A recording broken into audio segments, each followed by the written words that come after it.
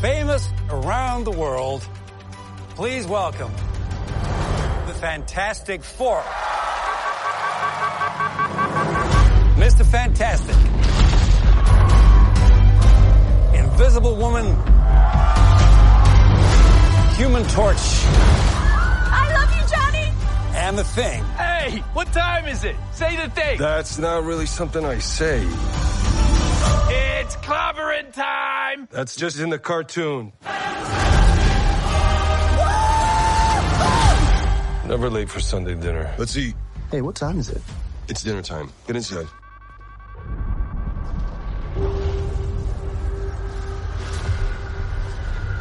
I herald his beginning. I herald your end. I herald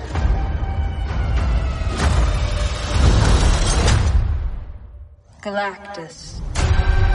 What is that? Get us out of here, Ben! Hold on!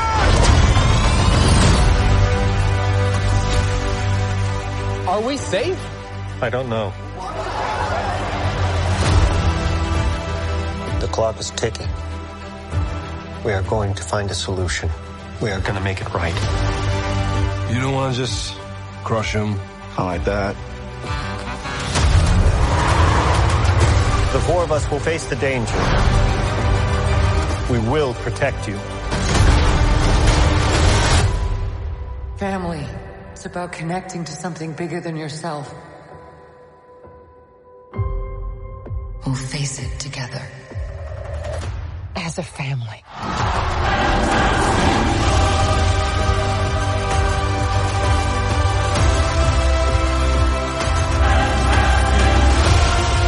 What time is it, Ben? No. What time is it, Ben? No, Johnny. Say it! I don't wanna! Say it!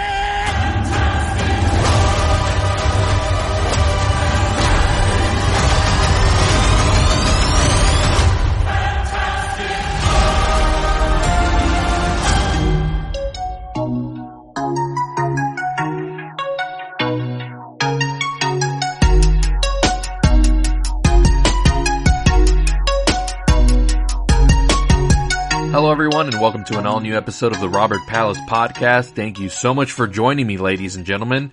And on deck for this week's episode, I got two new reviews for you. Two films, one premiered on the big screen and the other on a streaming platform. The first one being The Fantastic Four First Steps, starring Pedro Pascal and Vanessa Kirby. And the second being Netflix's highly anticipated Happy Gilmore 2, starring Adam Sandler, a sequel 30 years in the making.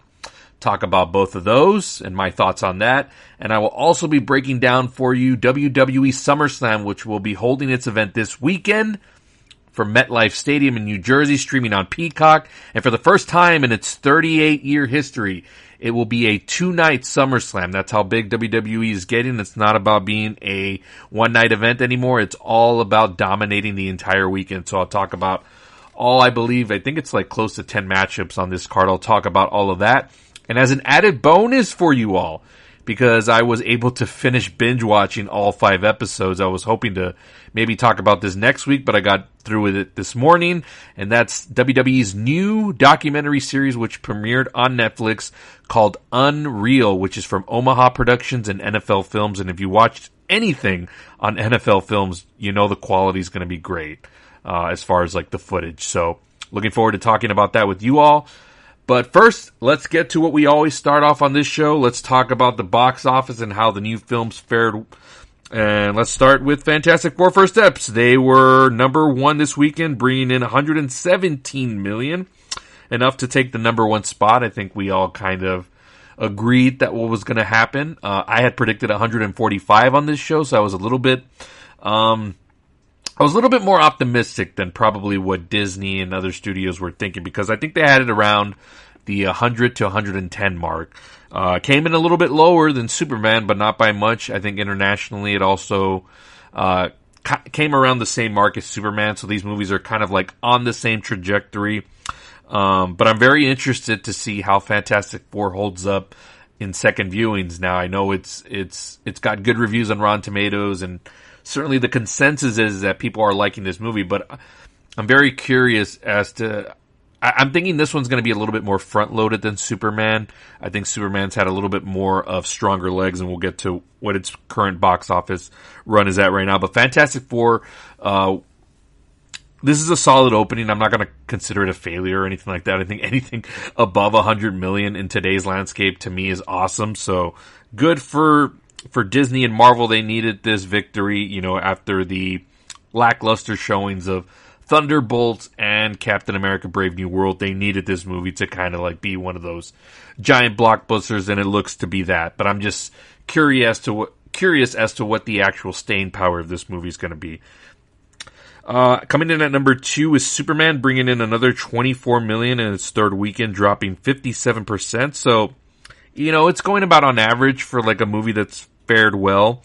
It's already close to $300 million. It's at $289. I believe it just crossed the $500 million mark worldwide. So, I don't know. We're getting close to this being like a true success, and I don't know how much longer the Snyder heads are going to be able to claim this as a total and absolute failure, which anybody that's saying that is just completely just biased for the other side. Just say it. At number 3, Jurassic World Rebirth, bringing in another $13 million, dropping 44%. That's actually a good hold. Its total is now at $301 million and is already nearing in at the $1 billion mark worldwide. It's at $721 million worldwide. So, will it hit $1 billion?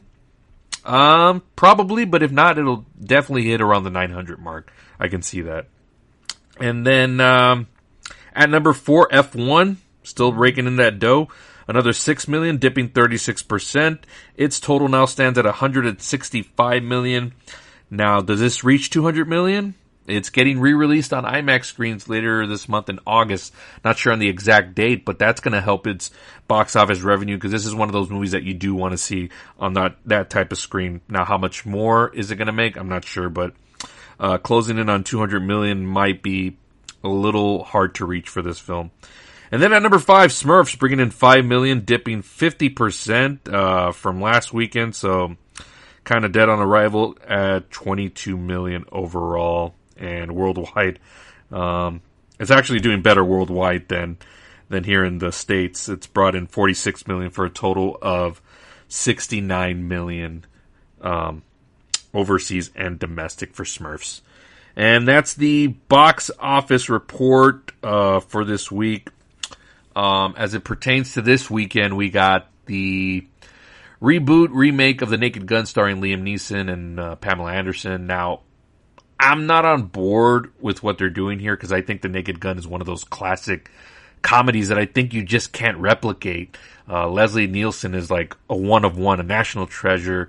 Those are some of the funniest damn movies I've ever seen in my life. So for them to try to redo it with somebody else is just like, for me, this is almost in the range of like, how can you do Iron Man without Robert Downey Jr.? How can you, do Wolverine without Hugh Jackman? Some people are just meant for those roles and are so iconic in them that to try to do it again, like, you could probably make maybe a good movie, but how can you think of anybody else in the role? So we'll see how Liam Neeson does.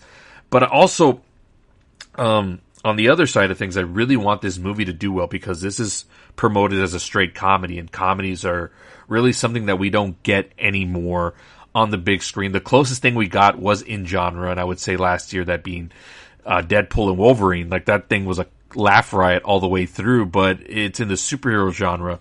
The Naked Gun is a straight up comedy in itself, so, and it's selling it super hard on that. So, I mean, there's even marketing where Liam Neeson is promoting like other comedic movies and kind of saying like how this is hopefully the start of a rejuvenation of that genre, getting back to the big screen. So, from a business standpoint, I really want this to do well. Now, I mean, I'll go into it open-minded. I'm going to go check it out this week, of course, because I want to support. But it really does have big shoes to fill, just because I think the Leslie Nielsen ones are just masterpieces on how you do these kind of movies. So it's, from a personal taste, it's got a tough hill to climb. But from a business standpoint, I would love if this thing made like 40-50 million opening weekend. That would be great. It would be great if it beat out the Fantastic Four for the number 1 spot. Now, I don't see that happening, but it also, as I mentioned earlier, it depends on how the the legs are for Fantastic Four and whether people are going to come out in droves for the second weekend, or is this going to have like a big drop off like, Ant-Man and Quantumania did? Now, I know it's got better reviews, but also there's, I want to say, a little bit of Marvel fatigue. This is the third movie this year from them. Superman, it was kind of like this is a first for this era and what they're trying to do, so there was a little bit more anticipation and curiosity. Marvel, it's kind of like we're already on this train and we're heading to the next Avengers movies next year. So there's a little bit of fatigue there, not too much, but I'm curious if Naked Gun can step into this. The early reviews and people coming out saying that it's hilarious. So, and it's also, again, we have to remember that the audience is looking for different things. You can point to Sinners, you can point to F1, even little movies like Materialist. Like, there's audiences craving for more stuff that are not superhero or big IP. And I know the Naked Gun is IP, but it's also a rare comedy that we get in the big screen. So I hope it does really well.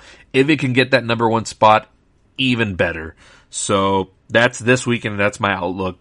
I'm going to stick with that 45 to 50 million range. That I think it could do it. It's a short movie, so there's going to be a lot of show times to go check it out. I believe it's under an hour and a half. I mean, if you factor in previews and stuff, like hour 45, hour 50 tops. Either way, it's a short run time, and you can get a lot of screen time and a lot of show times in your theaters to go check this one out, and people getting there's enough demand and supply there. So that's this weekend's box office. I will be checking out Naked Gun hopefully on Thursday, see how that goes, and you'll get my review of that next week. And speaking of reviews, coming up next on the Robert Palace podcast, it's my double review of the Fantastic Four First Steps and Happy Gilmore 2. So stick around. We'll be right back. My name is Detective Frank Drebin. The police squad. I think someone murdered my brother. There's always a reason to kill someone. Did he talk with his mouth full? No. Did he have an obnoxious laugh? I think I'm gonna barf. They are threatening to shut down police squad if we do not solve this case. I'll find them. This is what I do. Cover me. Enough playing around. The Naked Gun. All right, welcome back to the show. And The Naked Gun, starring Liam Neeson and Pamela Anderson, in theaters this Friday. I'll be checking that out on Thursday night. They got special preview showings. Like I said, I'm not really in favor of another Naked Gun movie or a reboot, but if this is our entry point into getting comedies back into the big screen, then I'm all for it. I'm just going to have to suffer through this. I really don't think it's going to match anything that the originals did, but I'm open-minded. I'll go see it. I'll support it. I will pay my dollars because I want it to be successful. All right, let's get to my first review on the show, and that is the Fantastic Four First Steps from director Matt Shankman, who did the WandaVision series.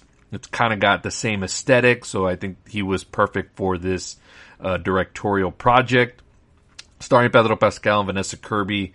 Let me just go out and state that I went into this with the lowest of expectations. I wasn't really excited for another version of the Fantastic Four. This will be the third or fourth iteration of them on the big screen, but more notably the last three movies. You had the Chris Evans ones with Jessica Alba, and then you had the last iteration which had Miles Teller and Kate Mara and Michael B. Jordan. And I'm a apologist for that movie. I support it. My littlest kid loves it as well. She's like, hey, that's not a bad movie. And it's okay. You can't judge people on the thing. They like what they like. And I liked it just as much as she did. So I would have preferred another installment with that cast. I thought that was a great cast. But, we get what we get here with the MCU. So again, I went in with the lowest of expectations. And I'll just say this as an overall statement. It is an entertaining, watchable film. It is nothing more. It is nothing less. Is it on the tier of like a first Iron Man, the first Guardians, Captain America Winter Soldier, even Black Panther? Is it on that level? I don't think so. But it is on the level of like an Ant-Man, even the first, I would say like Thor movie, where they're like not top tier, but they're watchable movies. Now, what I do appreciate from this version, and especially in the grand scope of it being like a whole multiversal, universal thing with the MCU, it is a self-contained story, so, and I'm sure only like the diehard like Marvel nerds will dive into like, oh, did you catch this Easter egg or whatever, but you like really have to go looking for it. But I'm not watching these movies looking for that stuff. I'm looking for an entertaining movie. Can you get me from point A to point C and just be entertaining? So this movie does that for the most part, but it doesn't really try to reach and be more. I think they played it safe in terms of like Marvel really needed this one to really turn the ship around, because what happens here in this movie leads us directly into the next Avengers movies. Now, I know we have Spider-Man Brand New Day coming out next July, and that's coming out before Avengers, but I know that's more of a Sony thing. I know the MCU or Marvel Studios is involved with that, but really Fantastic Four is kind of like the prologue to Avengers Doomsday, or so we hope, because I think Spider-Man's going to be kind of a more grounded street-level story, whereas Fantastic Four is space and cosmic, and that's really where these next two Avengers movies are really headed. So, but I did like, again, that it was self-contained and it was a straight-up story in this world, because this does take place on an alternate version of Earth. It's not in the same timeline as, Iron Man and all the other movies that have come before. And I know it gets real tricky with, like, if you're a casual going in and it tells you, like, at the start of the movie, this is Earth 6-1, whatever it was.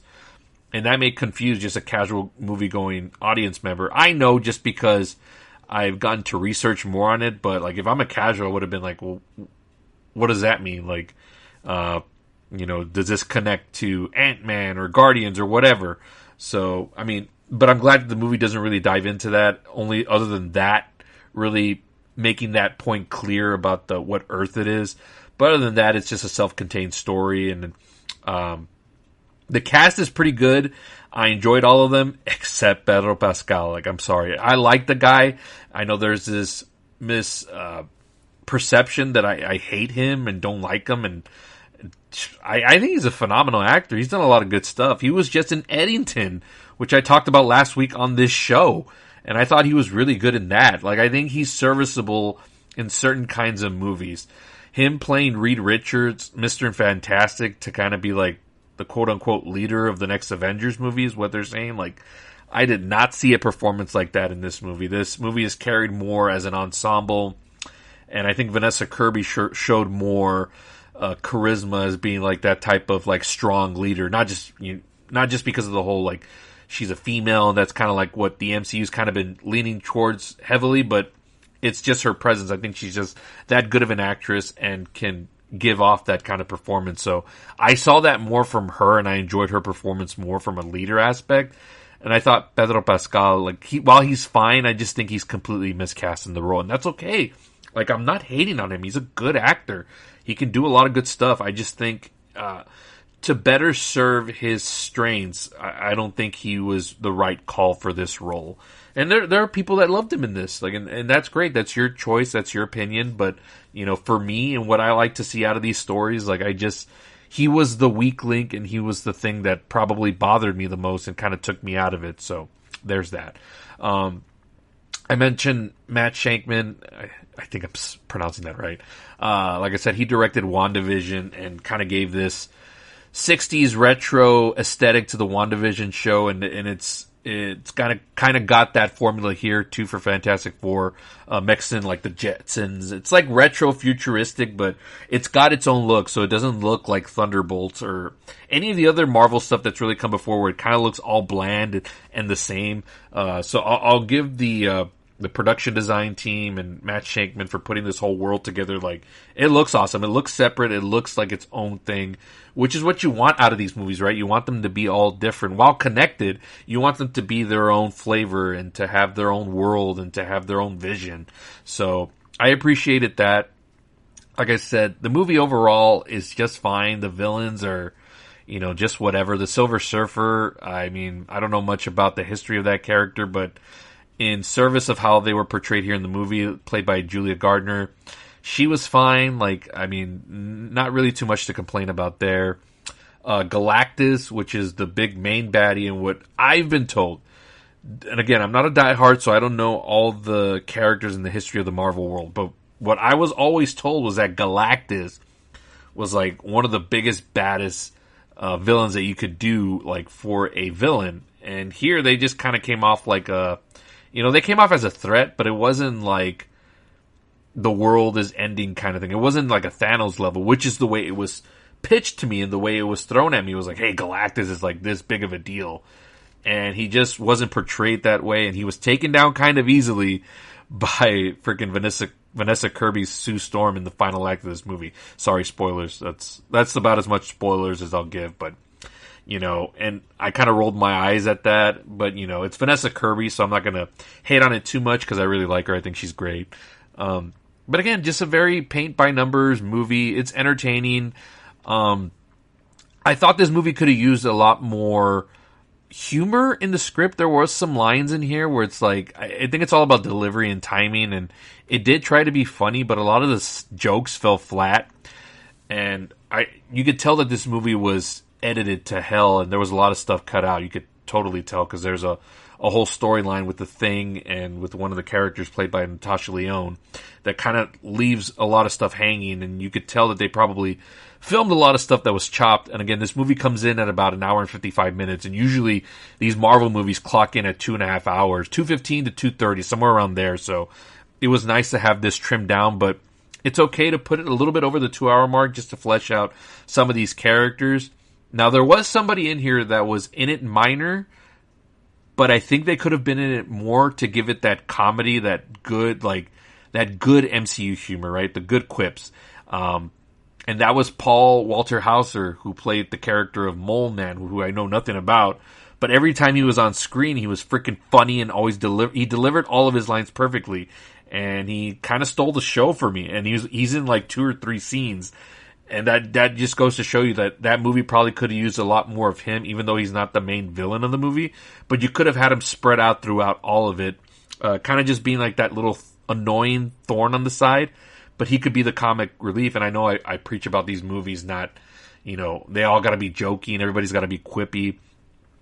And I think one of the problems for Fantastic Four was that it was a little too serious at times and tried to play it too straight, where it could have used a little bit of that humor, because, the Fantastic Four, they're, as characters, it's all kind of ridiculous, right? You have the Thing, he's a big block of, rocks, and you have, Johnny Storm as, God, I don't even know what the character's name is, Fire or whatever he is.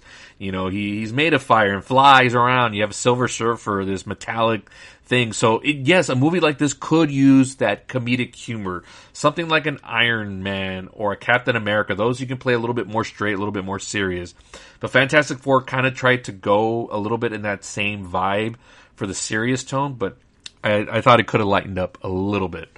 But even though people were laughing in the 2 screenings, I went to go see this twice. Went to the early show, and then I took my daughter again because she was interested in it. And there were a lot more people laughing in my first showing because that was a lot of the diehards that went. The second showing, not so much. But like I said, I mean, this movie could have used a lot more Paul Walter Hauser because he was such a delight. And every time he was on screen, I was like, oh man, give him some more screen time. And then it would cut away to something else. So that was, I think, a big miss. And I think, honestly, it could have made the movie a little better. Like I said, it's entertaining and it's watchable. Will I go back and rewatch it again? I think 2 times is good enough for me. I won't buy it on physical media, so, that's another big part of like whether I really like the movie or not, is I'll end up buying it on physical media. But yeah, it's a fine movie as it is, and does it get me more excited for Avengers Doomsday? No, but I mean, it's the next movie. I mean, along with Spider-Man, but Spider-Man is Spider-Man, so that's going to do well regardless of the fact. But have they turned the ship around after this movie? Most everybody is going to tell you yes, and I think they're all blinded by the fact that we've gotten such mediocrity from, I saw Thunderbolts. I thought it was really mid.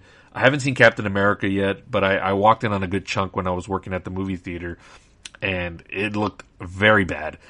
I'm sure I'll visit it at some point, probably before Avengers Doomsday, just to get like a full perspective on some of these characters that they've brought in. and fleshed out a little more. But yeah, I think people are blinded by that, and they're kind of propping Fantastic Four a little bit more than they probably would if this was like in the prime days of the MCU. See, like if the Fantastic Four came out at the time when, Iron Man was going strong and Captain America, this would be on the lower end, like a B movie, like an Ant-Man or, Doctor Strange or the first Thor movie, just these B-level characters that have serviceable movies, but they're not like these out-of-world movies that are like, yeah, this is it, we're back, baby. Like, no, I don't feel that way at all. So going into these next Avengers movies, I'm just kind of like, let's see what's presented, but they haven't really earned it. It just kind of feels all thrown at the wall. Even the end credit sequences that kind of tease you for what's to come, and it's just like, I kind of just shrugged at the end of it, like, okay, like, I know people are going to be excited about it, don't get me wrong, like, there is excitement in the air for that, but for me, I just feel like they haven't earned their stripes to get that. Forget for me to be like, I can't wait to see what's going to happen with these movies or what's coming next. Like, no. But the movie's just fine. Like, I would recommend it. Go see it if you have nothing else to watch. If you've seen all the other great movies this summer, like F1 and Superman, and, Sinners is now out on streaming. You can watch that on HBO Max. It's a fine entry, but nothing more, nothing less. And again, my big takeaway was that Pedro Pascal was completely miscast. Sorry. I'm not a hater. I'm just calling it like I see it. And that's Fantastic Four, First Steps. All right, on to the next review, which is Netflix's Happy Gilmore 2, starring Adam Sandler and a bunch load of cameos. Now, I'm going to go on the record and state, I know how I talk about on here about how much of a cinephile I am and how many movies I watch and how big of a movie fan I am. But with all that being said, that doesn't mean I've seen every movie. So, and I know I'm probably going to get a lot of hate from my buddies and friends and all that stuff, but I had never, ever seen Happy Gilmore. Like, ever. And that's one of those classic Adam Sandler movies that everyone talks about. That one and Billy Madison. More from his, like, earlier run-in movies. Like, those are the two that are talked about probably the most, more than any. And I've never seen them. So before I ventured into this one, and I had my kid over this weekend, and she wanted to see Happy Gilmore 2, but she had never seen the first one either, so we both dived into it, and we had a blast. We were laughing our asses off, and we laughed our asses off with the new one as well. So, and that's really all you can ask for in these kind of movies, and I know there's been a lot of criticism of like, whoa, what the hell was this? Because it's a little bit out there and crazy and all the gags and all this stuff in the movie, but if you know Adam Sandler's comedy, that's pretty much what his movies are. And I used to be a little bit more of a, I guess, hater towards that.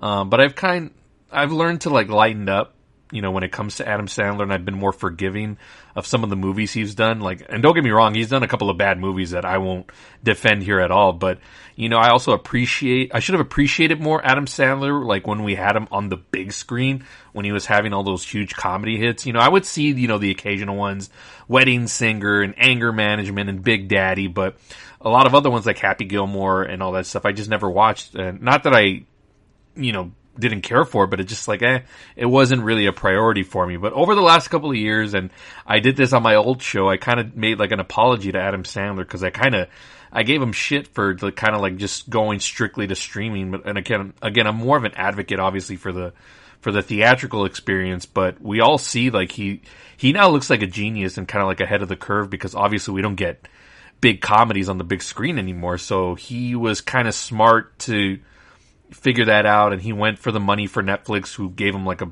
big deal, and he's made a bunch of movies on that platform. Some that I have seen, and some that I have no interest in. But he got that deal made for him, so it is what it is, and I know what his movies are. And for those of you that like to claim like, oh, Palace, all your movies like have to be like award worthy, and I enjoyed these. Like, I can have fun watching what I know is a bad movie, but I can still have a fun experience. So, like, me and my daughter, like I said, we were laughing our asses off with both movies this weekend. So we did it as a double feature. And, the first Happy Gilmore, it's about this guy that he's like a struggling hockey player, and he's trying to make it big as a hockey player, and it's not working out for him. And then his grandmother runs into some trouble, and he needs to make some money, and he's got a crazy like swing talent where he can shoot a ball with a stick pretty hard and, you know, shoot it far. So he gets into golf, and, you know, even though he's not into it, there's all these people telling him like that he's good as a golfer and he should try this out, and, you know, and it's a, you know, funny sports movie, a bunch of dumb gags in it, a bunch of like just stuff that probably wouldn't work today, but even though there's still a lot of that comedy in this new one. But, you know, it is what it is. It's dumb movie fun, and, you know, sometimes that's all you need to have a great time at the movies. So fast forward, I believe it's almost like 30 years later that we're getting this sequel. And the first one does have like cameos and stuff like that, but this new one is done to the umpth degree. You know, there's, you know, Bad Bunny and Becky Lynch. There's a bunch of wrestlers in here. There's a bunch of athletes. A lot of real golfers are in this. So a lot of, like, you know, Scotty Scheffler and Rory McIlroy. You know, Tiger Woods isn't in it, but I'm sure they made the offer to him. And, you know, all the usual Adam Sandler characters are in there. You know, you got your Dan Patrick's and stuff like that. Rob Schneider makes like a brief cameo. So there's all that typical Adam Sandler comedy. And, you know, it's a 3-star dumb movie, but I had a lot of fun with it, and so did my daughter. And, you know, at this stage, you know, would I prefer it be a smarter comedy? Something like, you know, like a Judd Apatow or like Adam McKay when he's doing like The Other Guys. Something a little bit more wittier and sharper. Sure, I would prefer that, but I also enjoy like dumb comedies as well, where it's a bunch of gags. Benny Safdie is in this. He plays the villain, and the whole gimmick of him is that he's got bad breath, so there's a lot of fart jokes and all this stuff, and that's fine. It works, you know, it makes my daughter laugh, and we both laugh, and we had a good time. So, you know, I'm all about the experience too. It's not just about the quality of the movie. So had a lot of fun with it. And of course, I'll probably revisit it. We can put that on while we're, you know, having dinner or whatever. If we're bored, we don't know what to watch, we can be like, oh, Happy Gilmore 2. Because sincerely, there is a lot of funny parts in this movie.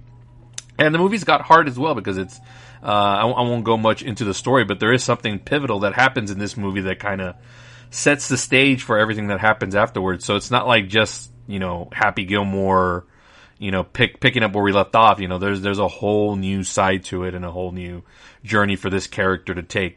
And again, a lot of cameos. I can continue naming them off, like, you know, Margaret Qualley's in this. Oh gosh, who else? As I mentioned, you know, Becky Lynch and MJF, Maxwell Jacob Friedman from AEW's in this. The kid who was on Shameless is in this. There's just so many. I probably missed some myself, so I'll probably have to go back and watch. And they also brought back a lot of the originals who probably really don't have careers anymore, but were in that first Happy Gilmore movie. So, you know, Adam Sandler's that kind of guy that, you know, repays it and continues and doesn't recast or anything like that. Obviously, he would have loved to have had Carl Weathers in this, who was a big part of the first movie. He passed away a couple of years ago, so he had to rewrite that. He did envision him with this in mind. So Adam Sandler's very good about taking care of his friends and working with his friends, which would be a personal favorite of mine to, like, have a career, right? Like, I'm getting into this acting thing, and if I were to make it as big as him or something like that, I don't want to work with my friends and make movies with my friends and have a blast. And everybody looked like they were having the time of their lives making this movie. So I enjoyed it. It's 3 stars. It's fun. It's wacky. It's toilet humor, but it works.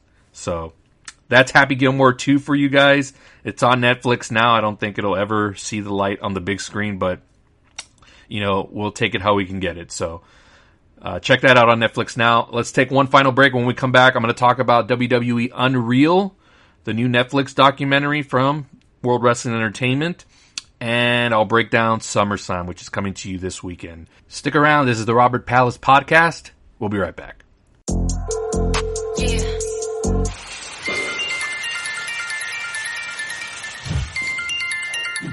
Hey, B. It's B. Birdie, what's good, girl? I got 2 words for you. SummerSlam. I'm pretty sure that's 1 word. Me-life. I'm listening. Tonight. Hell yeah. Girl, tell me about it.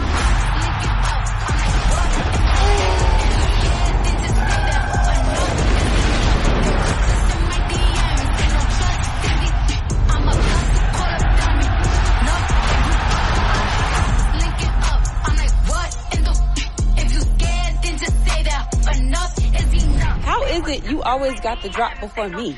Girl, years to the streets, you know how I do. I know everything.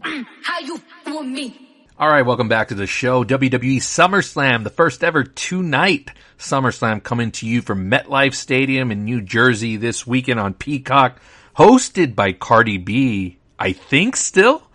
I know they pushed her a lot for the promotion because it's weird now how WWE does like their marketing. There's like commercials for every pay-per-view now, like even months and months ahead. It used to be they're always just promoting whatever show they're headed towards. But now it's like you have WrestleMania from Vegas now airing commercials. You know, Survivor Series is in San Diego this year. They're pushing that. You know, WWE is just a hot ticket right now. So they're trying to just promote as much as they can.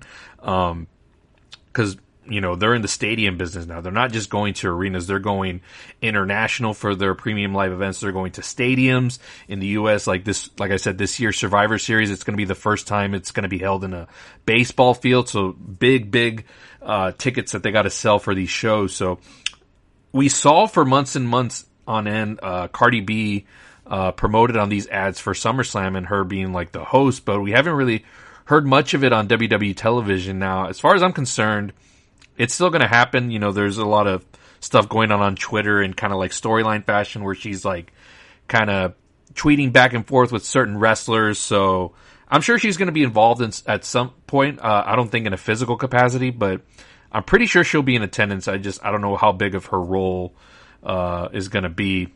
And it may just be like an intro, or maybe watch her just be like in the video package and then that's it. And then we don't see her actually in physical form at MetLife Stadium. But hopefully, you know, they have something in store because they've promoted her like on the commercials a lot. So, all right, enough of that. So before we get to SummerSlam, I wanted to put in an added bonus for you all. So I was going to save this for next week's episode, but I ended up binge watching the whole thing because I didn't know how many episodes it was going to be, but WWE a couple months back put out a commercial for a Netflix show that they were going to have called Unreal, which was going to peel back the curtain of how things are done behind the scenes in WWE. I mean, we're going to get like footage of, you know, Triple H working in the creative with the creative department in the rooms and talking about stuff. You know, a lot of behind the scenes stuff that we really, honestly, probably in the, you know, days of like when I watched heavily like the Attitude Era, like we never would see any of this backstage stuff, like, you know, but now with social media and everybody just wanting to be in the know and everything, we're just in a different world now. So, you know, there's videos on YouTube of people finding out stuff about movies and, you know, what's going to happen in the Avengers and all that stuff. So people just don't care anymore about like stuff being kept secret. They want to know every little detail, and WWE and wrestling as a whole is not, you know, they're no different. You know, there's a hardcore fan base on the internet that just wants to know everything. If there's going to be returns or surprises, I'm more still kind of old school. Like, I'll stumble upon that stuff because I follow a lot of the people that do report on this stuff, but I also report for like exclusives if there's like injuries or stuff like that, or just any major news. Not really storyline wise, but that's all added in there. So yes, it'll pop up on my Twitter feeds and stuff. So sometimes, yes, I'll know if somebody's returning or whatnot. But for the most part, when I like to watch wrestling, I do like to get, you know, surprised and have those jump out of my seat moments, you know. So this show was going to just kind of like dive more into that. So I was very curious as to what was really going to be shown here. And they have a lot of great stuff here, especially this show is tailored more for people that aren't really into wrestling and want to know more of the workings of how it is. So I understand a lot of the stuff that's happening in the show, and nothing about it is really new to me in terms of like how they book or terminology. You know, they talk about the gorilla position, meaning like that's like the area in the arena where all the magic happens and all the decisions get made. You know, how stuff is getting called into the ring. Like, I know referees have earpieces and they talk to the wrestlers because they have people in the back talking to them to talk to the wrestlers, whether, you know, to finish up or, you know, to check if they're okay at their spots and stuff like that. So it's really geared more towards the outsiders and people that may have like a little bit of curiosity about wrestling. And that's who this show is more for.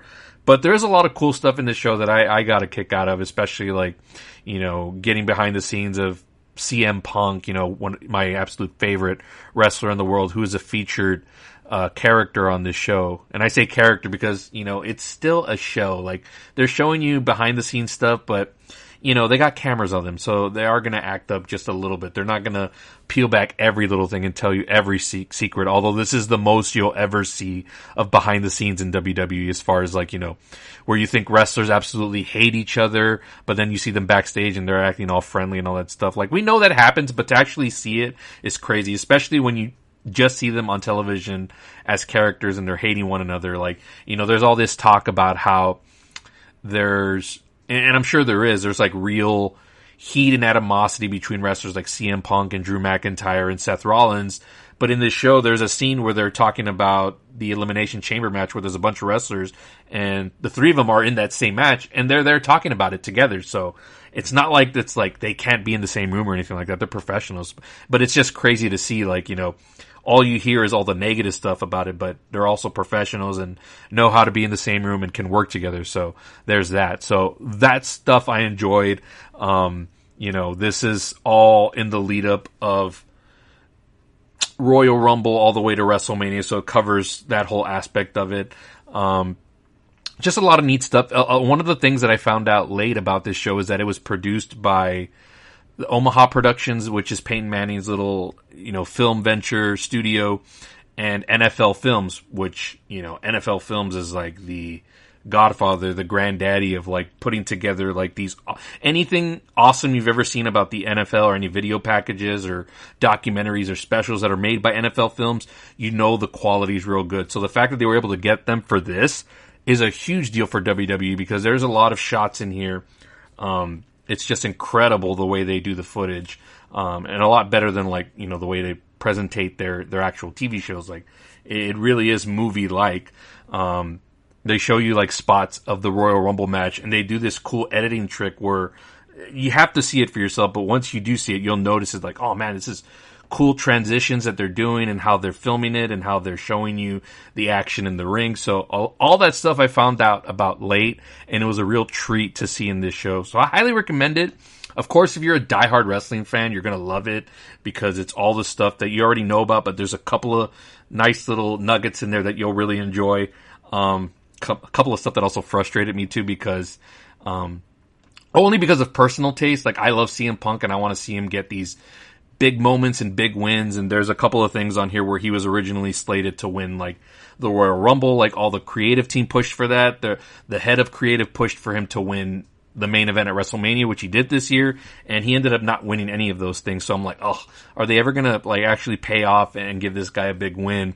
And again, this is a personal thing because he's my absolute favorite, but I'm still enjoying his run here in WWE.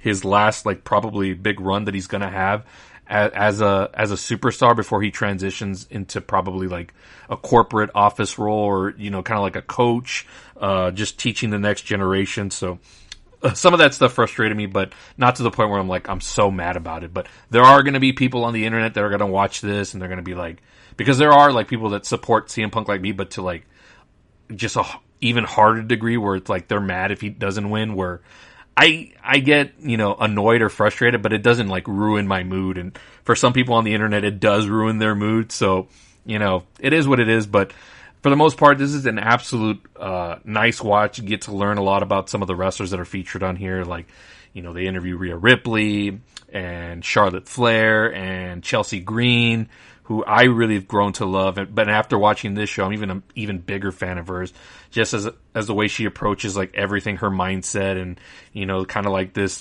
really team player and will do anything kind of thing.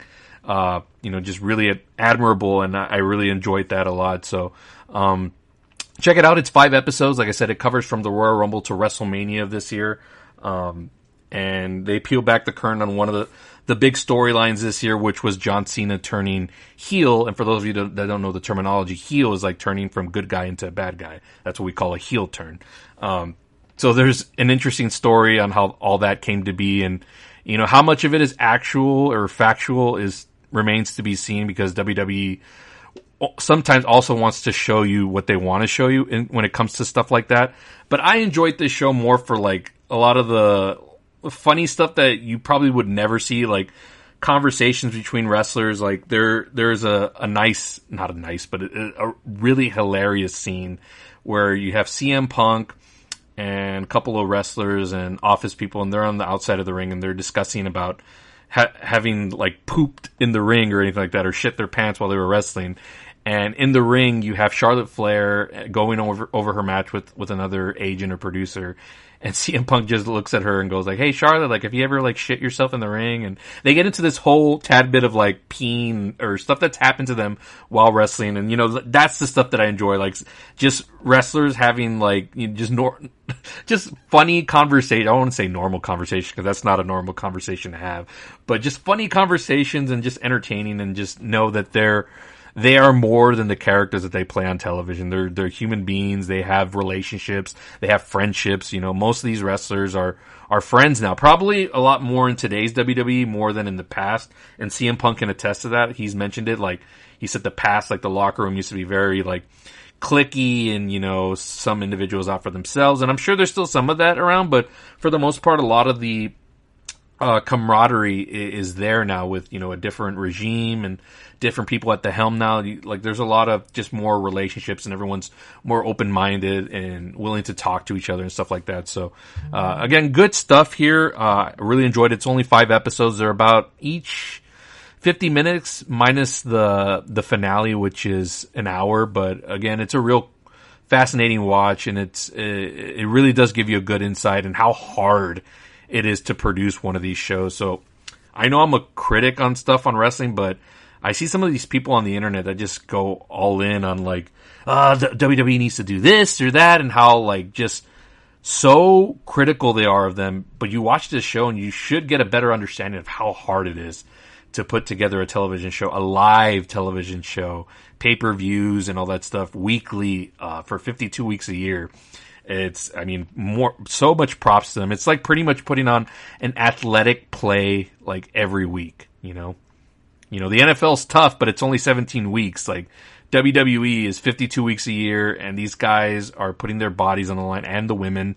You know, it's not, you know, like I said, it's not real sports, but they are doing a lot of athletics, and they're taking real spots and falling down and all. It's like, all that stuff is real. You can't fake any of that stuff. So, and you'll see a lot of that in this show too. So check it out. It's on Netflix right now. It's called Unreal. 5 episodes. Great watch. All right, let's get to WWE SummerSlam starting this weekend on Saturday. 2-night event. Let's run through the card here. Let's start with Saturday night. Again, this is going to start at around, it's going to be 5 o'clock my time. So if you're on the East Coast, it'll be at 6. And then if you're on the East Coast, it'll be around 3 o'clock. All right, we got Sami Zayn versus Karrion Kross, this is going to be the third match in their little feud that they've been having over the last couple of months. There's just so much wrestling now these days. So if I talk about some of these matches at short length, it's because I try not to watch everything. I watch really only the stuff that I'm interested in, and the other stuff, like, I'll catch up on, whether it's little Twitter clips and all that stuff. Like, I don't even watch SmackDown, cause I don't have cable right now, so I don't have the Fox channel. The only thing I have right now is Netflix, so I do watch Raw weekly, but even then I'm not watching every single thing, cause there's just so much content to consume and try to catch up on that it's hard to watch everything. Raw on average is like 2 hours and a half each week, so that's a lot of wrestling. If I was watching every week, all the 2 hours and 30 minutes of it, no, like, I'll watch the stuff that I really want to watch, and the other stuff I'll catch up here and there. So, as I said, Sami Zayn and Karrion Kross have been feuding with each other for a little while now. Karrion Kross has been like, kind of like the little devil on Sami Zayn's journey here. He wants to be a world champion in WWE. That's kind of one of the only things he hasn't done in the company. So he's on the journey of that, but Karrion Kross has kind of been this like little thorn on his side, and they've had 2 matches. The series is split up. This third one's going to happen on Saturday, and there's 2 stipulations here. One, if Karrion Kross wins, Sami Zayn has to utter the words, "Kross was right." Now, I think what the story going on here is that Karrion Kross is trying to get Sami Zayn to admit that, you know, that he's not a good guy, or, you know, not any different than him, or on that, you know, just on his journey to try that basically that he's not like a righteous person. So I guess that's what the gist of what that feud is. If I'm missing anything here, oh well, but that's kind of what I can get from this storyline. If Sami Zayn wins, Karrion Kross must say, I was wrong about Zayn. Who I think is going to win. You know, the overall story here in the long term is for Sami Zayn to eventually win the World Championship, which I think he's going to do at some point, maybe at WrestleMania next year. And this is going to be just another win on the road to that. Karrion Kross hasn't been re-signed by WWE yet. His deal is coming up, so maybe this is the end for him. There's been little teases from Karrion Kross that maybe this might be it, but who knows? You know, with this whole new Unreal show, they're probably going to try to swerve us with a lot of stuff. So, yeah, but I'm going to pick Sami Zayn to win here, and he's going to move forward in his journey for the world title. A lot of tag matches on Saturday night. Here's our first one. Roman Reigns and Jey Uso teaming up, former members of the Bloodline, to take on Braun Breaker and Bronson Reed. Not really big on Roman Reigns. I don't get it. I've never seen him as the guy, even though he's been penciled in as the guy and everybody thinks he does. And he gets the cheers like he is, but I've never been a fan of his. You know, he's a fine wrestler, but I just think as a character, he's super boring to me. I don't think he's got it in the promos either. Like, if you watch his promos, they really aren't all that interesting. And during his dominant run in the Bloodline as the Undisputed Champion, where he was like heavyweight champion for like 3 years, he had Paul Heyman do a lot of his big, you know, talking, and that was good role for him because Roman Reigns is not like that good of a talker like a CM Punk or a John Cena. And, you know, if you're going to be the face of the company, like, you really have to have those talking skills. And he can talk a little bit, but not to the point, for my personal taste, it's just not entertaining enough, and I've just never been all in on him.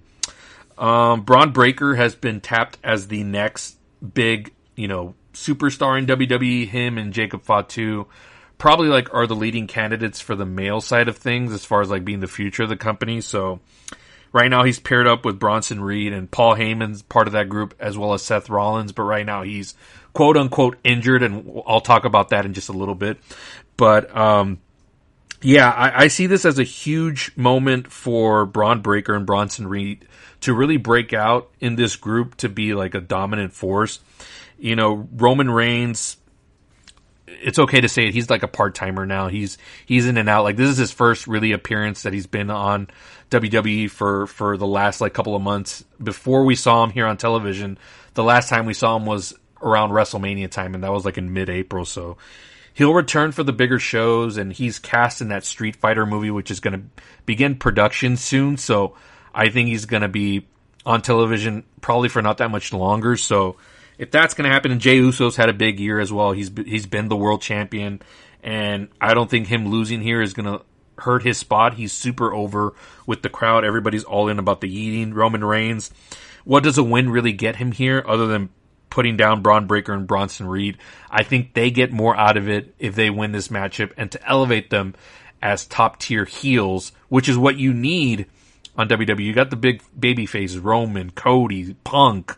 Let's build up these, Jacob Fatu, you can add to that list of baby faces that are starting to grow. You need a top tier, like next level heel. And I think Braun Breaker can be that guy, even though he does get cheered from time to time. But if you build him up properly, he can be a really great heel. So I'm taking Braun Breaker and Bronson Reed to win here in this tag team match. Next up is the Women's Tag Team Championship match. This is one that I'm really looking forward to. It's the Judgment Day. The champions Raquel Rodriguez and Roxanne Perez. Laredo's own Roxanne Perez, where I'm from. Been super excited for her since she's been called up to the main roster. I've been watching her for a very long time now, going back to her days where she was in Ring of Honor for a little bit, and then you know, her story is, you know, she would drive from Laredo or take the bus from Laredo to Houston to train with Booker T and all that stuff. So she's a protege of his. And, you know, eventually her dream was to be in WWE, and now she's here and she's on the main roster and in a big storyline.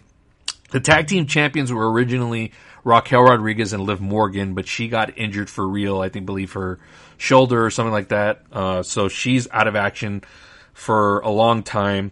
And they kind of inserted Roxanne into this Judgment Day group, which Liv Morgan and Raquel Rodriguez are a part of, and she's kind of fit in like a glove, and there's going to be a whole storyline with her and Liv Morgan once she returns from injuries. But right now, she's taking place and being tag team champions with Raquel. And they now have a big matchup coming up against Charlotte Flair and Alexa Bliss. This really odd couple, Lethal Weapon type pairing, just opposite attract with Flair and Bliss. Charlotte Flair, again, this is probably the most likable she's been as a character. She usually plays like the arrogant, entitled person that's always getting championship matches in the world title picture. So that's kind of grown like very thin with a lot of fans, including myself. Like, you know, I think also she just plays it too tight sometimes, and she needs to let loose. And now that she's been pairing up with Alexa Bliss, you kind of seen the more, you know, just having fun, letting loose type of character from Charlotte Flair. And it's working because the crowd is now starting to get behind her. And you can go back and look at the Evolution pay-per-view, the all-women's premium live event that just happened a couple of weeks ago. They were in a tag team match in a four-way against this same team, and the crowd was very enthusiastic and wanting Charlotte to be a part of it and probably get the win. They want to see her and Alexa win the tag title, so it's a nice change of pace. This is a title match, but it's not the world title, and this is something that you could really get behind as far as like Charlotte and Alexa. Now, I'm really torn as to who should win this match because on the one hand, I love Roxanne Perez and I want her to stay champion, and I want this to kind of really finish off whenever Liv Morgan returns, but you don't really need the tag titles to do that because she's still going to be in the Judgment Day and all that, so that'll still play out as it is. On the other hand, Alexa Bliss and Charlotte Flair are fun as a team, and it would be nice to see them on all three shows because, as we know, whoever's the women's tag team champions can pretty much go from show to show, and you don't have to be exclusive to one brand, even though it doesn't really matter now because wrestlers will pop up here and there whenever they want. You know, because like I said, it's not real sports, so you know, if it benefits the storyline, they'll move a wrestler to another show and have them feud. I mean, Jesus, we just had CM Punk challenge John Cena for the WWE title not that long ago, and he's a Raw guy, and John Cena's on SmackDown because he's the WWE champion, and the WWE championship belongs on SmackDown right now. So, again, if it benefits the storyline, it doesn't matter. But if you do have Alexa and Charlotte Flair win the titles, you can then have them jump from show to show. So I would like to see that. So I'm going to go with Charlotte Flair and Alexa Bliss just for the feel-good, like, this tag team. I want to see it last for a while. I would love to see them have a huge long run as champions and then eventually have one turn on the other, because that's eventually what this is going to lead to, right? It's going to lead to, and it's classic wrestling, right? You have these like two complete opposites, and you put them together as a tag team. You know, they don't like each other, but you know, they win, and then they start to get along. Then they become best friends, and then, you know, you get the crowd invested and you care about them. And then eventually one turns on the other, and then you can settle it off in one big, you know, blow-off match. So I think that's the route to go this way. So I'm going to pick Charlotte Flair and Alexa Bliss to win the women's tag team titles in a big stadium. Crowd will pop huge. And again, this doesn't hurt the momentum of Roxanne Perez and the Judgment Day and the eventual storyline with Liv Morgan. That can still, or even then you can go back and forth with these two just feuding for a while. Like, it doesn't have to be just a one-off. You can continue this like for a couple of months if you wanted to. Alright, next up, we got another tag team match, which includes one celebrity. Randy Orton is going to be teaming up with Jelly Roll to take on the team of Drew McIntyre and Logan Paul.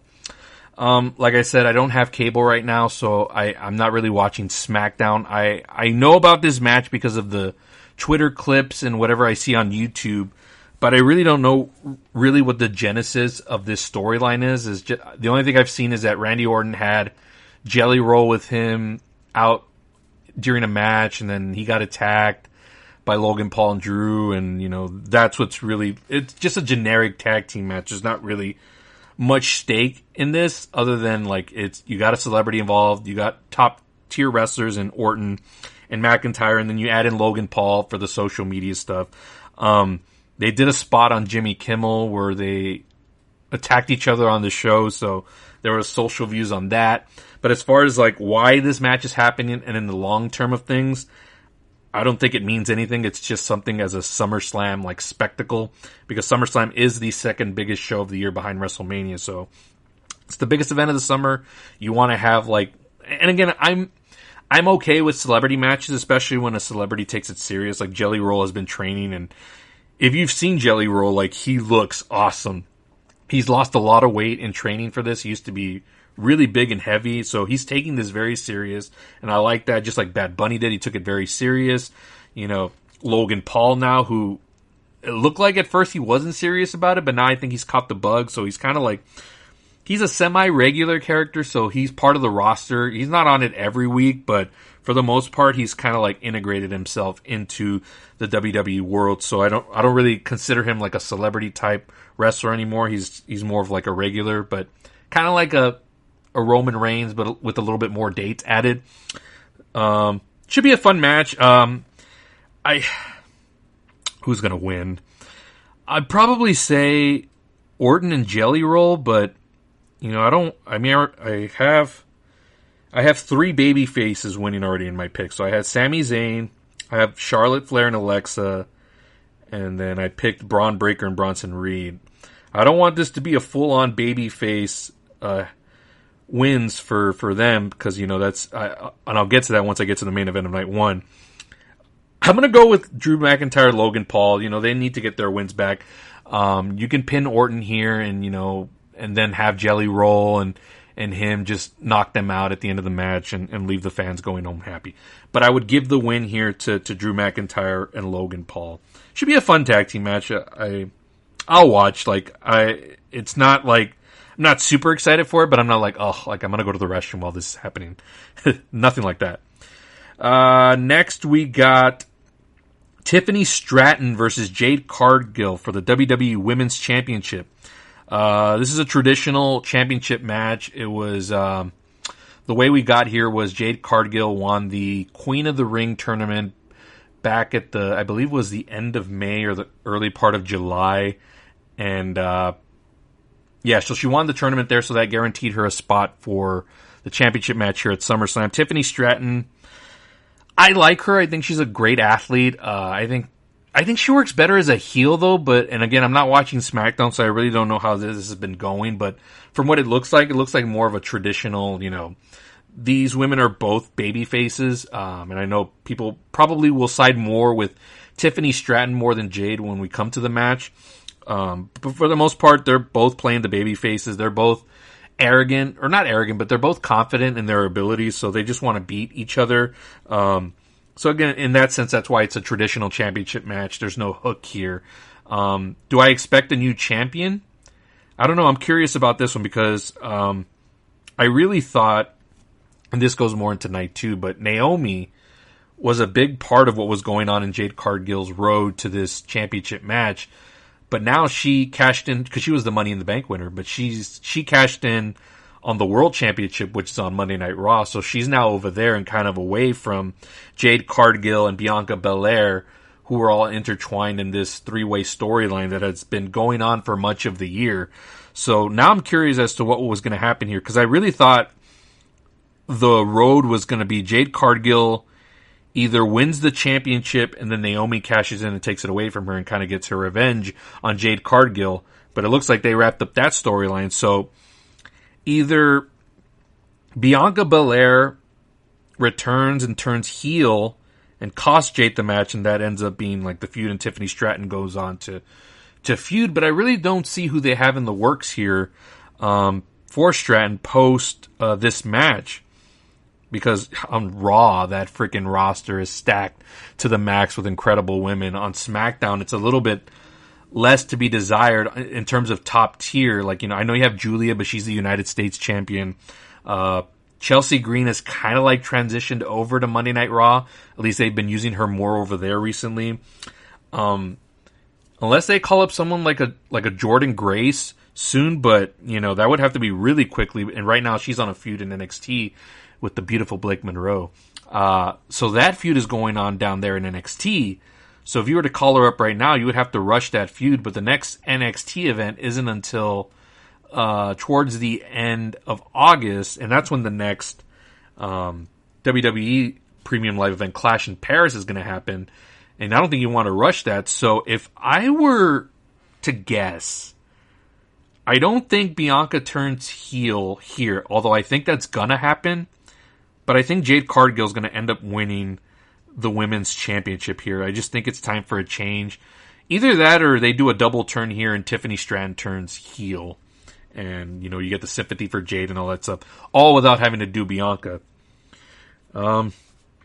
Yeah, I think I'm going to go with Jade Cargill winning here, although, like, I'm not confident in that prediction. Because, again, this is also awesome because you don't know where it's going. So, I kind of like the unpredictability of where this storyline is going. But for all purposes of picking a winner, I'm going to go with Jade Cargill. And then we come to the night one main event, which is hopefully going to be the main event, and that's CM Punk challenging Gunther for the World Heavyweight Championship. This is a dream match that I've been waiting for since Punk returned back in late 2023.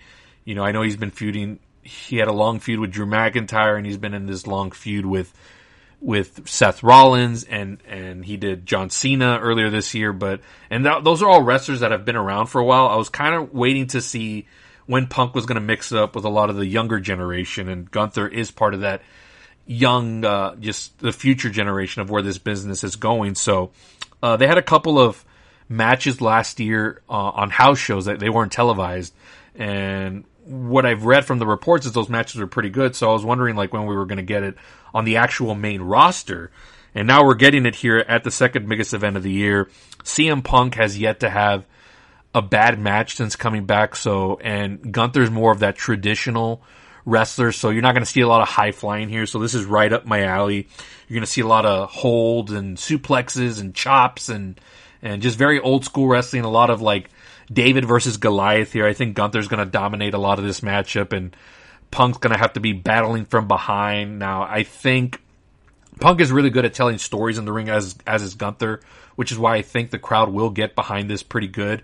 You know, because I know the crowd nowadays just loves to see high flying stuff and fast pace, but you know, you can still have your traditional championship matches here where it's just two guys who are locking it up, and there's not really a lot of beef between Gunther and Punk in terms of like, it's not a blood feud or anything. It's just a match to see who's the best and who's going to be the champion. You know, Punk says he's the best in the world. Gunther disagrees with that. He says the best in the world is whoever is champion, and that's him. So that's what's really on the line here. And again, after watching that Unreal show and finding out the creative team wanted Punk to win the Royal Rumble, he didn't. Jey Uso wanted. They wanted Punk to win the triple threat main event against Seth and Roman. They decided not to go in that route, even though Triple H wanted him to win, and he's the head of creative. So when are they going to give that Punk that big win? So, but then there's also the elephant in the room, and that is freaking Seth Rollins, who got injured supposedly at Saturday night's main event. That was back in the early part of July, or middle of July, it was a couple weeks ago. And he got injured in a match with Seth Rollins. You know, they had to stop the match. Or not stop the match, but they ended up changing the finish. He was fighting LA Knight. LA Knight beat him. Supposedly Seth Rollins was supposed to win that match. So, but everyone that I follow on Twitter and the people that cover this stuff like weekly and daily, they all think it's like a work and that they're trying to swerve us into thinking, you know, because the whole storyline has been CM Punk and Seth Rollins for the past year. And I know one of the big things that was said by Seth Rollins in this feud is that as long as that he's breathing and all that stuff, CM Punk will never be a champion in WWE. So that is the only thing stopping me from being excited about Punk potentially winning this matchup on Saturday, is the fact that Seth Rollins is lingering around the corner, supposedly with this injury that he's going to be gone for a while. I don't believe it. And he's also the Money in the Bank briefcase holder for the men. So that's also that's the thing that's worrying everybody, which is why I don't think a lot of people are confident in CM Punk actually walking out of the stadium Saturday night with that World Heavyweight Championship. But it could also just be for real that Seth Rollins is really hurt and is going to be a long time. But usually when there's a big injury like this, WWE is pretty good at telling us that this wrestler is just not going to be here for a long time, and that it's not a storyline or anything like that. You think about the days of when Triple H, when he tore his quadricep, like, you knew he was going to be gone for freaking like 9 months, so they made it a point to tell you he was gone. They haven't really done that with Seth Rollins. But the other thing also why I think this also coincides with that Unreal show is they're trying to work us here. So while I think he may be injured a little bit, I don't think it's as big as like, oh, he's going to be gone a long time. And they've been also, not the commentator, because usually the commentators are the ones that tell you, for the most part, like, hey, this isn't part of the show and he's going to be out for a long time. It's been more the characters on screen, like a Paul Heyman. He'll throw it out there every once in a while. Oh, Seth Rollins, he's not going to be here for a very long time. I just don't buy it. So my prediction here is that CM Punk is going to win the World Heavyweight title, and Seth Rollins is going to return, cash it in, and snatch it from him.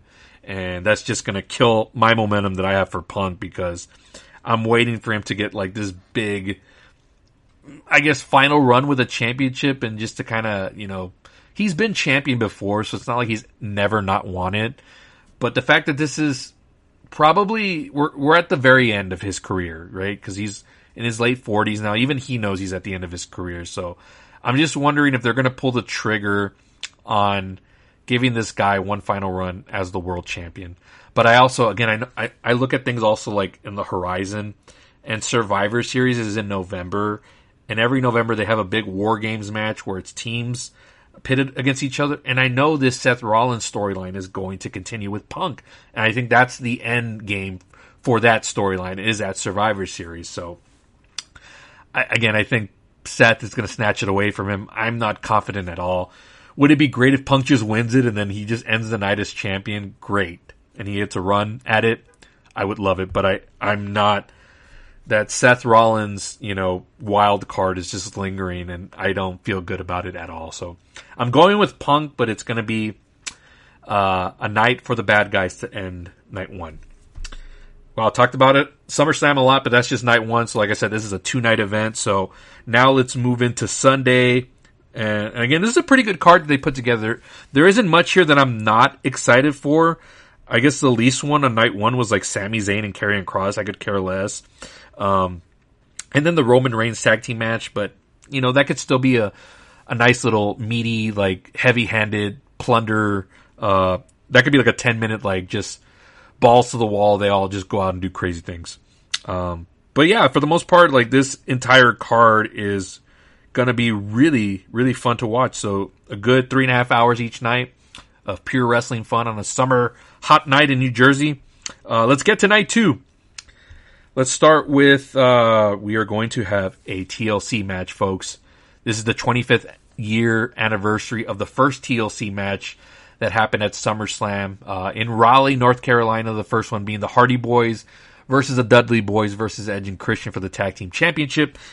And 25 years later, we're going to have that, only there's going to be 6 teams in this match. I don't know how that's going to go. 3 teams is a lot already as it is. You add in 6 teams, I think this is going to be all over the place, but there are some really good wrestlers here who can take some good spots. Now, they had a TLC match the week after WrestleMania with a lot of these same teams, and it was one of the best matches the WWE has put on with this type of matchup. So maybe they can recreate that magic. We're probably going to see a lot of the same spots, and that should make for an entertaining and it'll look good on the aesthetic, right, in a big stadium crowd. So you got the Wyatt Six, Dexter Lumis and Joe Gacy versus Andrade and Rey Fenix. That's a nice little tag team that's formed there. Versus DIY, Johnny Gargano and Tommaso Ciampa. Versus Fraxium, Axiom and Nathan Fraser. Versus the Motor City Machine Guns, Alex Shelley and Chris Sabin. Versus the Street Profits, Angelo Dawkins and Montez Ford. Now the Wyatt Six are currently the champions here. I don't see the belts changing hands here. I think the Wyatt Six are going to take a little bit of hold over the tag team division. I know that's kind of been the storyline with the tag division going on. It's, the other tag teams didn't want the Wyatts getting involved in their division. They see them as kind of like just this supernatural threat. And I see them winning here in this match, but you're going to see a lot of crazy bumps, and this is just going to elevate a lot of these young teams that are in here, especially like a Fraxium and, Andrade and Rey Fenix. That'll be a good added mix in there of the that lucha style into this match. The machine guns are pretty good. And then DIY, Gargano, and Ciampa are good as well. So this is going to be a fun match. Let's see. A lot of the like stipulation plunder matches are on Sunday. I'm surprised they didn't move one of these into, like, I would have moved the TLC match to Saturday, because you also have a street fight coming up with the main event of Cena and Cody Rhodes. And then you also have Becky Lynch versus Lyra, which is going to have no disqualifications, no countouts. So basically, it's an anything goes match. So you have all three of them on the same night. They should have, maybe they still have time. You know, I'm recording this on a Wednesday. Maybe they'll change one of these matches to Saturday. So I think that's a lot for one night. So depending on, if I were WWE, I would probably move the TLC match. But if not, you open that on Sunday, because that's going to be the one that everyone's going to be talking about. Becky and Lyra can have a more traditional championship match, maybe use a weapon or two, but then you can rely more on their wrestling skills. So I would open with that tag team match and then close it with a huge street fight with Cena and Cody, which is going to have shenanigans as well and probably blood. So that's how you can bookend that whole, stipulation type matches throughout Sunday. All right, so yeah, I'm going with the Wyatt Six to retain the tag team titles, but super fun match I'm expecting. Dominic Mysterio defending the Intercontinental Championship against AJ Styles. A match that was going to happen at Night of Champions. Night of Champions was in Saudi Arabia, and we all know the conflict that was going on there between Iran and Israel. And I think one of the wrestlers may have backed out of wanting to travel over there, so they made it into this storyline where Dominic Mysterio was sick and wasn't cleared and had medical notes on not being able to compete. So they've been delaying this match. That's the whole storyline, is AJ's been clamoring for, when is Dominic Mysterio going to be cleared so I can get this match? And he's been kind of haunting them every single Monday Night Raw, doing it in a more comedic fashion over the last couple of weeks. Pretending to be a medic, checking on Dom, pretending to be a custodian, spying on Dom, and all this stuff. All these nice little comedic moments just to give AJ Styles some more character development and be a little bit of a goof, which I've enjoyed. So Dominic Mysterio's finally cleared. We're going to have this match at SummerSlam. I think it's going to be fun. AJ Styles, I think, is due here for another championship run. He's always been one of those reliable, kind of like a Shawn Michaels. He can work with anybody. Not as strong of a character, but he is, just a really strong wrestler. And I would really like to see this Intercontinental title get elevated just a little bit more. Not that Dominic is a bad champion, but he also really hasn't fought anybody. This is really his first big feud since winning the title at WrestleMania. So I would like AJ Styles to win here, because then you can start feuding with other wrestlers or just continue here. You can go through like the whole Judgment Day if you want. Maybe even lead to an AJ Finn Balor Intercontinental Championship match. So that would be fun to see down the road. So I like AJ Styles here. I think this is going to pay off for him, and he'll have a nice run as Intercontinental Champion. And again, AJ Styles is another one of those wrestlers that's at the tail end of his career. He's probably got another 2-3 years left before he retires. So I would like to see him get one more championship run. So I don't think it's going to be a good weekend for the Judgment Day. They'll lose the championships. And then, again, that just feeds into the storyline of Finn and being in control. And, like, he'll brag about how he's still a tag team champion and all that. So this works out for stories. So Judgment Day is going to be all right. AJ wins the title on Sunday. Holy crap, I forgot the other stipulation match that's going to happen on Sunday. The steel cage match for the United States Championship. Solo Sikoa versus Jacob Fatu. Here's another one that I think they should consider moving to Saturday. Either this or the TLC match should move to Saturday, to be honest, because that is a lot of stipulations for Sunday. As far as the match, Solo Sikoa beat Jacob Fatu at, I think it was Night of Champions. And again, this little mini bloodline feud that's just continued to, I guess, take up space on SmackDown. And luckily, I haven't been watching SmackDown, so I don't know what's really going on as far as like the back and forth between these two. I know Solo's kind of let up a little bit as a character. He's starting to be more loose and more entertaining, so I guess that's good for his character growth. Jacob Fatu just continues to get more popular. And again, they have him and Braun Breaker positioned as the next top guys. Jacob Fatu probably in that babyface role. So I can see him winning the championship back here and finishing off this feud, because I think everyone's kind of tired of this bloodline thing, which the stable continues to grow for Solo Sikoa, even though it's not the bloodline, but it's got a lot of bloodline members in it. So I don't know if they've called it anything different, but we'll see. But I see Jacob winning here and finishing this off, and let's strap the Rocket to Jacob Fatu and get him into some different feuds. Next up, we got Becky Lynch defending the Women's Intercontinental Championship against Lyra Valkyria. As I mentioned earlier, this is a no disqualification, no countout, last chance match. So not only do you have the no rules to the match, if Lyra Valkyria loses this match, she's not able to challenge for the Intercontinental Championship as long as Becky Lynch is the champion. I don't think there's a stipulation here for Becky Lynch. I would have done the whole repay the raising the arm of the victor, because Becky did this to Lyra in their Money in the Bank matchup, where if she won the championship, Lyra had to raise her hand in victory, which she reluctantly had to do. You know, it was weird for a babyface to have to do that for a heel, so I think a logistical thing would be for the heel to have to raise the victor of the babyface, which I think is what's going to happen here. I think Lyra is they're positioning her as like kind of like one of those next. She's not top tier in that women's division just because you have Rhea and Stephanie Vaquer is on the rise, and you know Roxanne Perez will eventually be there, and I just don't see Lyra in that. And wrestling wise, she's great, and she's developed more on the mic, and she's gotten more loose.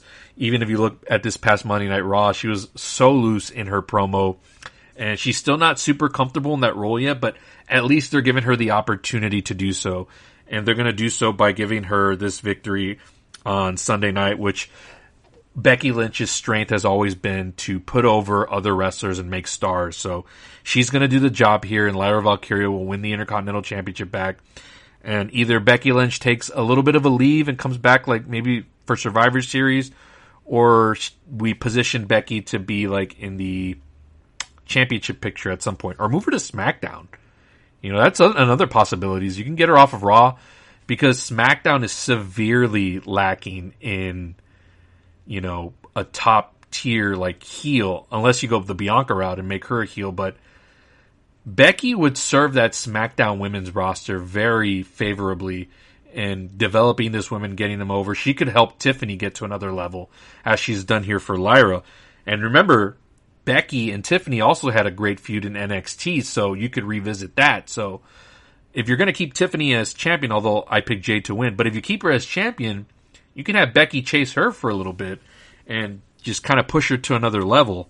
So that's one thing you could really do, and I would probably consider moving Becky to SmackDown, although, you know, Seth is on Raw. They're married. I doubt they're going to separate, but if you're looking at it from story perspective, there's a lot of potential there for Becky to work with multiple talents, not just Tiffany, but Jade, Julia, who else? Gosh, I can't think of the women that are on there right now.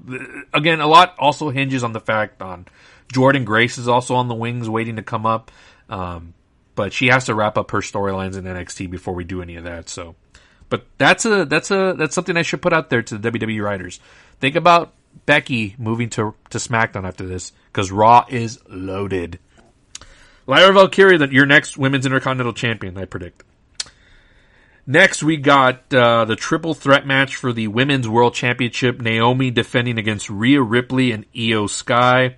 This match should be incredible. Rhea and Io coming off of their instant classic from Evolution, where Naomi cashed in her Money in the Bank contract and became the champion. So naturally, this is where we were going to end up. Now, as far as like who's going to win, Naomi's on the best run of her career as a heel right now. She's doing a lot of great stuff. She's great on Twitter. She's just more charismatic now than she has ever been before with this new persona. So I don't see them dropping that momentum just yet. So I'm going to go with the straight.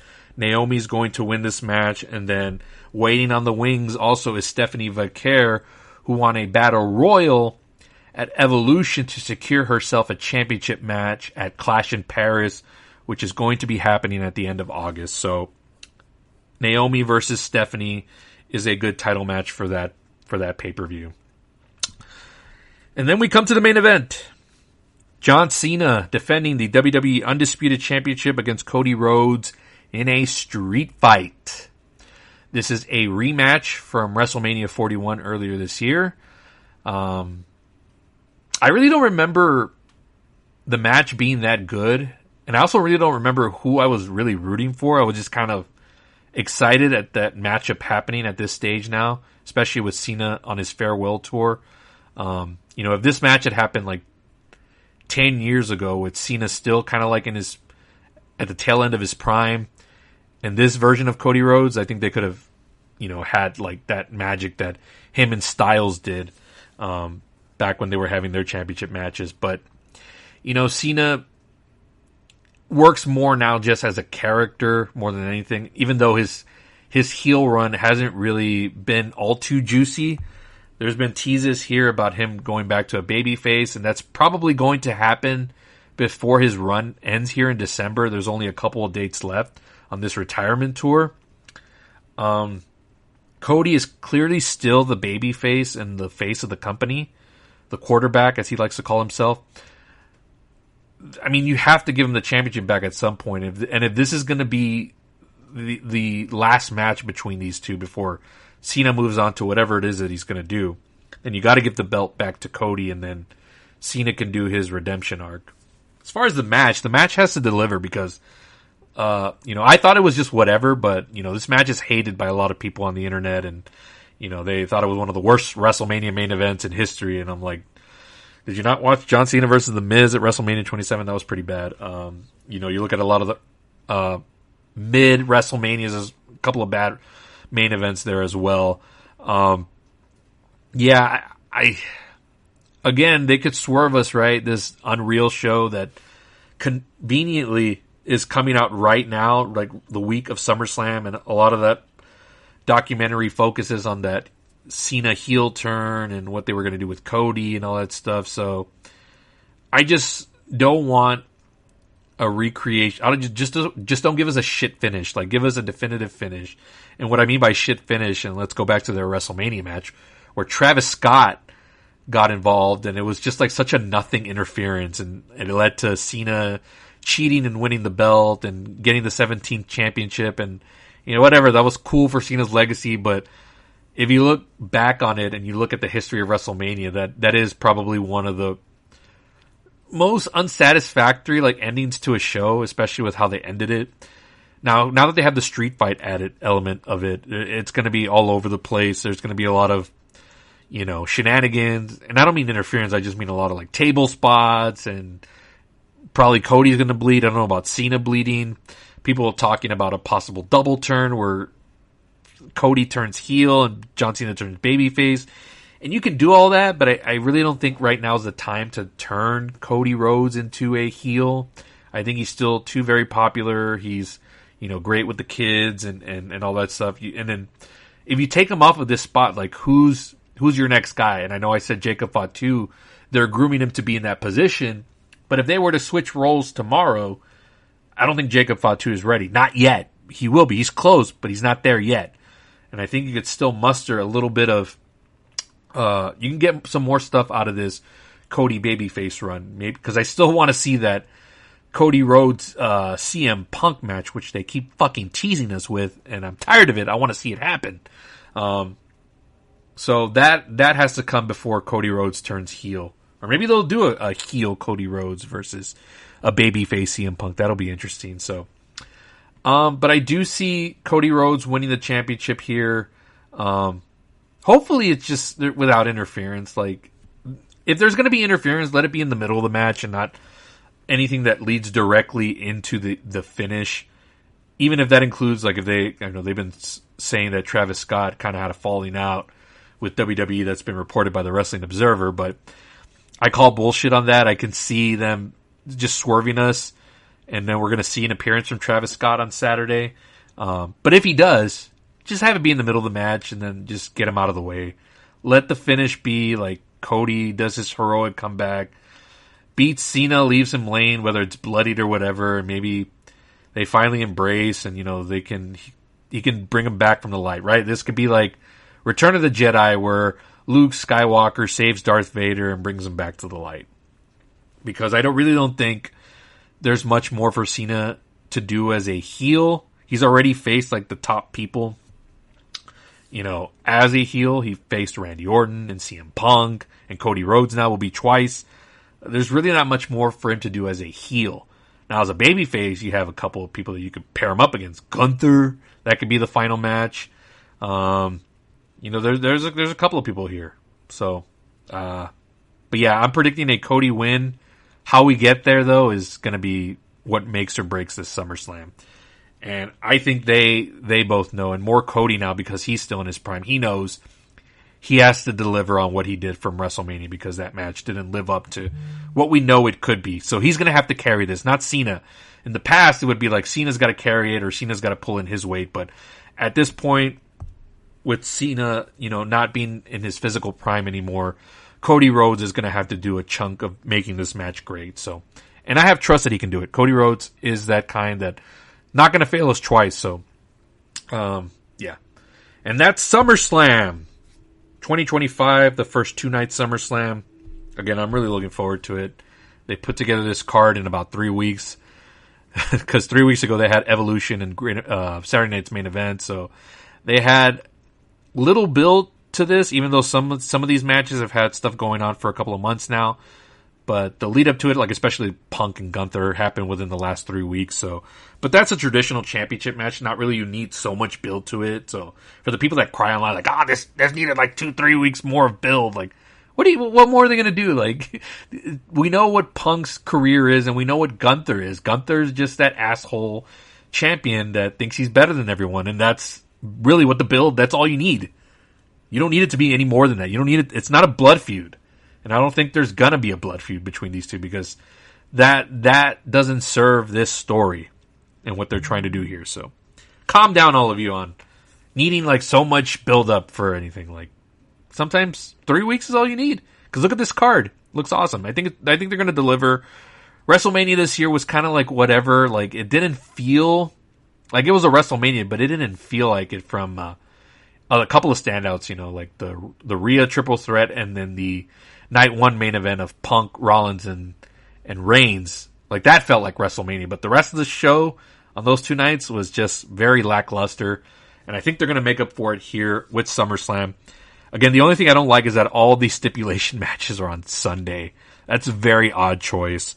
For me, I like my stuff spread. If you're going to have stipulations, like, have 1 or 2, but spread them out. I really think they'll reconsider this card movement by the time we get to Saturday. So, whew, that was a lot of talk, folks. Hope you stuck with me through all of it. It's a lot of wrestling, but this probably only happens twice a year with WrestleMania and SummerSlam being 2 nights. I don't want a 2-night Royal Rumble, a 2-night Money in the Bank. Like, I love that WWE and wrestling is hot right now, but don't get too arrogant. The 2-night thing, even for SummerSlam, that's a stretch. Like, they were able to do it this year with making a decent card for 2 nights, but I don't know if that's a foreseeable thing for the future. For WrestleMania, it's fine because it's WrestleMania. It's your Super Bowl. It's your Oscars. It's all of that wrapped into one. So I'm okay with that. But for your rest of your shows, don't even think of a 2-night Survivor Series, a 2-night Money in the Bank. Even 2 Royal Rumbles in one night is okay. Like, that's fine. Like, it's not too much. You don't need to separate it and make it 2 nights. Just my 2 cents. But that's going to do it for this week on the Robert Palace Podcast. Thank you for joining me. You can find this podcast on most of your podcast platforms or wherever you listen to your podcast, which includes Spotify, Apple Podcasts, Pandora, Amazon, wherever. Whether you're on your drive home, at the gym, at home, your drive home from work, at home, at the gym. I think I said at the gym already, but going to keep repeating it for you. Again, the Robert Palace Podcast. I've rebranded this thing. I'm kind of doing everything under one umbrella now. So wrestling, sports, movies, TV, music, whatever's pop culture, I'll try to put under one show. So I'm going to go check out The Naked Gun this week, and I'll talk about that on next week's show. And we'll see what else I cook up for next week, because we're at the tail end of summer, and I know wrestling's always going to be there all year long, but football's coming, so there'll probably be a lot more football talk on this show. Yeah.